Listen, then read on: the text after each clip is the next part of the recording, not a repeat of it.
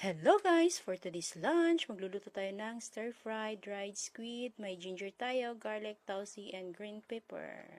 Igisa lang natin yung ginger. Tapos ilagay natin yung green pepper hanggang sa maluto siya.